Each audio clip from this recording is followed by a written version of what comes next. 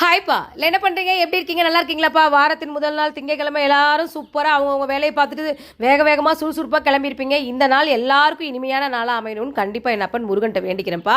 காலையில் நானும் ரெடி ஆகிட்டு சுறுசுறுப்பாக நானும் ரெடி ஆகிட்டு மலை மேலே இருக்க முருகருக்கு சல்யூட் வச்சுட்டு நேராக கிச்சனுக்கு வந்தப்பா.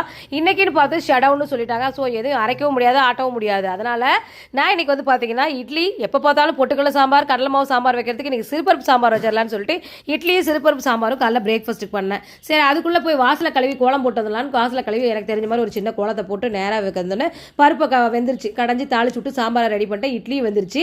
இன்னைக்கு கல்பனாக்கு வந்து மிளகு பால் போட்டு கொடுத்தேன்ப்பா. ஏன்னு கேட்டிங்கன்னா அந்த இருமல் மட்டும் நிற்கவே மாட்டேங்குது. ஒரு தடவை மிளகு பால் குடிச்சாலும் அந்த சரி எல்லாமே அறுத்துட்டு வந்துடும்.